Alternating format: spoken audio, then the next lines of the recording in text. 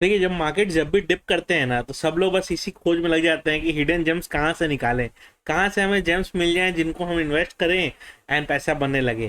तो देखिए, hidden gems निकालना इतना आसान तो है नहीं। लेकिन क्या क्या है ना, कुछ कुछ फंड्स ना हिडन जेम फोकस्ड फंड्स होते हैं। मैं उनके बारे में ना आपको थोड़ा बहुत बताऊंगा, जिससे क्या होगा, आप थोड़ा जजमेंट ले पाओगे कि उन हिडन जेम्स वाले फंड्स में कैसे इन्वेस्ट कर सकते हैं। तो मैं आपको ना पहले बता दूं कि एक्सिस मैक्स ने एक एक्सिस मैक्स एनएफओ लॉन्च करा है, based on BSE 500 value 50 index fund. ठीक है। अब ये क्या है ना कि इसमें क्या है, इनका कंसेप्ट भी वही क्लियर है कि भाई हमको जेम्स में इन्वेस्ट करना है।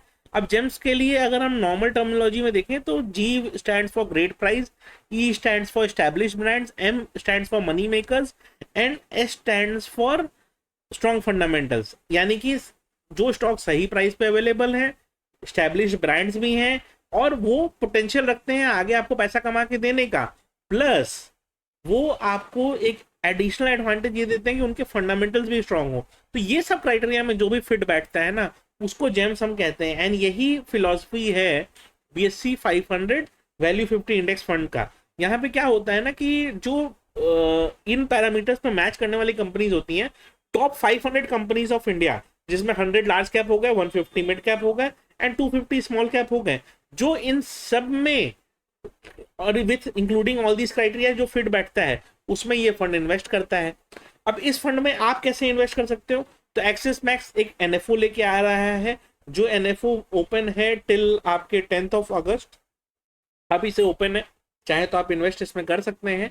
इसका स्पेशलिटी मैं बता देता हूँ। देखिए, फंड की स्टार्टिंग एनएवी रहेगी ₹10। ओके। लॉजिक इसका क्या है, BSE 500 वैल्यू 50 इंडेक्स फंड के ऊपर ये बेस्ड है। ठीक है। अब ये जो फंड है, जो जो फंड हाउस है एक्सिस मैक्स, ठीक है, इनका कैसा है ना कि इनका AUM जो है ना, वो है 1.7 लाख करोड़ एज ऑफ 31 मार्च 2025। तो उसके हिसाब से AUM भी काफ़ी अच्छा है। सॉल्वेंसी रेशियो जो इनकी है ना, वो 201% के आसपास है। IRDA का मैंडेट 150% कहता है, तो उससे बहुत ज़्यादा अच्छा है। प्लस मैक्स लाइफ का ना क्लेम पीरियड रेशियो जो है ना, वो है आपका 99.65। यानी कि of all the insurance companies सबसे अच्छा क्लेम पेड रेशियो इनका ही है। यानी कि ये क्लाइंट्स के संग ईमानदारी से उनको क्लाइंट्स का जो भी लाइबिलिटी आता है, जो भी चीज आता है, उसको पे कर देते हैं। इमेजिन करिए 99.65%, यानी कि रिजेक्शन रेट ना के बराबर। तो ये बहुत ऑनेस्ट भी है अपने कंज्यूमर्स के संग, अपने इन्वेस्टर्स के संग, राइट।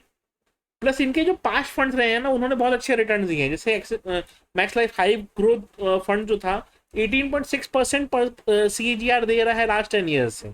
ठीक है। और डाइवर्सिफाइड इक्विटी फंड जो जून 2020 में लॉन्च हुआ था, वो 23.9% CAGR में बैठा हुआ है।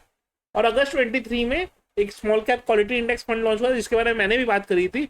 वो 20.8% रिटर्न सिंस इट्स इंसेप्शन देके रखा है। तो मतलब इसके फंड्स के हिस्टोरिकल रिटर्न्स में ना अच्छे रहे हैं, राइट। प्लस बात क्या आती है ना कि जो फंड जिसकी हम बात कर रहे हैं, उस फंड की क्या USP है। तो मैं अगर आपको सिंपल वे में बताऊं, तो ये फंड ना इतना अट्रैक्टिव रहा है लास्ट फ्यू इयर्स, कि जो एक्चुअल जो इंडेक्स है, उस इंडेक्स का ना लास्ट 10 ईयर्स का CAGR 22.4% है, एंड लास्ट 5 ईयर्स का CAGR इज 41.4%। तो काफी हाई रिटर्न्स रहा हुआ है इस फंड का। और चूंकि ये जो फंड लॉन्च हो रहा है, ये इसी को रेप्लिकेट करने की कोशिश करेगा, तो होपफुली उम्मीद है कि इसी तरह के रिटर्न्स भी दे पाएगा, राइट।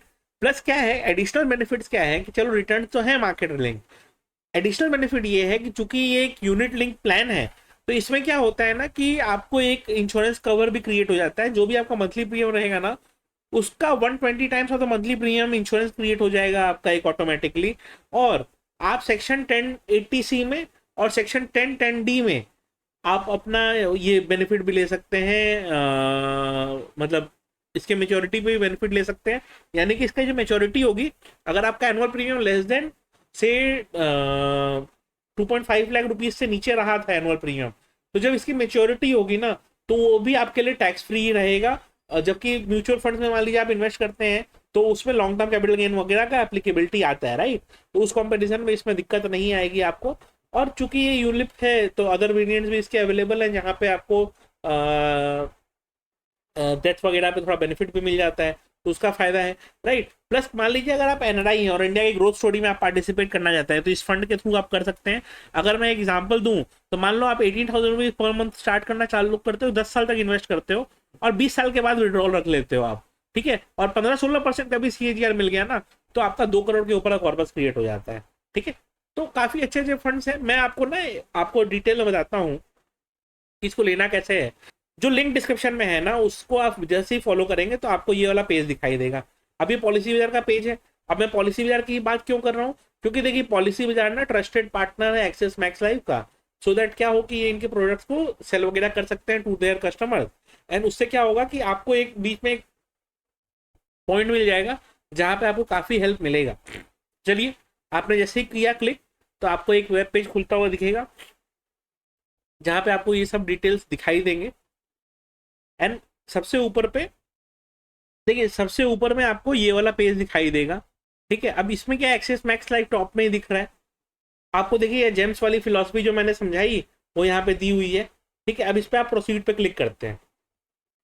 जैसे ही आपने प्रोसीड पे क्लिक करा आपको ये वेब पेज दिखाई दे रहा है, ठीक है। इस वेब पेज में अगर आप नोटिस करेंगे तो यहाँ हमारे एग्जाम्पल में हमने 10,000 रुपीज पर मंथ रखा है, 10 ईयर्स के लिए पे करना है, 20 ईयर्स का विड्रॉ करना है। नीचे देखिए 120 times of the monthly premium, जैसे हमने डिस्कस किया था, 12.36 लाख रुपीज का एक लाइफ कवर क्रिएट हो जा रहा है। Tax saving under section 80C and 10DDT मिल जा रहा है, ठीक है। अगर आप नीचे देखेंगे मेच्योरिटी का, तो अगर हम 10 ईयर्स तक पे कर रहे हैं, 20 ईयर्स बाद विड्रॉ कर रहे हैं, 1.58 करोड़ का रिटर्न बन जा का अप्रोक्सीमेट मेच्योरिटी आ जा रहा है, राइट। तो काफी सारा इसमें बेनिफिट्स है इस प्लान्स को लेने का। और एस्टिमेट कैलकुलेशन जो लिया है ना इन्होंने 17.3% पे लिया है। अगर मार्केट्स आप एक्सपेक्ट करते हैं कि और अच्छा परफॉर्म करेंगे तो और रिटर्न्स बढ़ भी सकते हैं। तो मैं एक ही चीज कहूंगा, इसका लिंक डिस्क्रिप्शन में रहेगा। जैसे मैंने और एडिशनल बेनिफिट्स आपको बताएं कि टैक्स का बेनिफिट है, एक आर्बिट्राज इसमें ये भी है कि अगर मार्केट लिंक रिटर्न्स मिले और जब मेच्योरिटी होगी तो उसमें म्यूचुअल फंड की तरह इसमें टैक्सेशन का इम्पैक्ट नहीं आएगा, प्रोवाइडेड आप less than 2.5 lakh rupees per month invest per year invest करते हैं तो। एडिशनली आपको ये बेनिफिट इसमें है कि जितना भी आप इसमें इन्वेस्ट करते हैं पर मंथ तो वो अमाउंट के हिसाब से आपका इंश्योरेंस कवर क्रिएट हो जाता है। मार्केट लिंक रिटर्न तो है ही, प्लस क्या करता है ना ये आपको डाइवर्सिफिकेशन में भी हेल्प करता है। क्यों? क्योंकि क्या है ना कि एक इंश्योरेंस प्रोडक्ट भी हो गया, टैक्स बेनिफिट भी हो गया और लाइबिलिटी वाला चीज भी रह गया। तो मल्टीपल बेनिफिट्स हैं इसके, आप चाहें ना तो इसमें इंटरेस्ट ले सकते हैं। और पॉलिसी के फंड्स जो पॉलिसी से भी लेने में कोई दिक्कत नहीं है।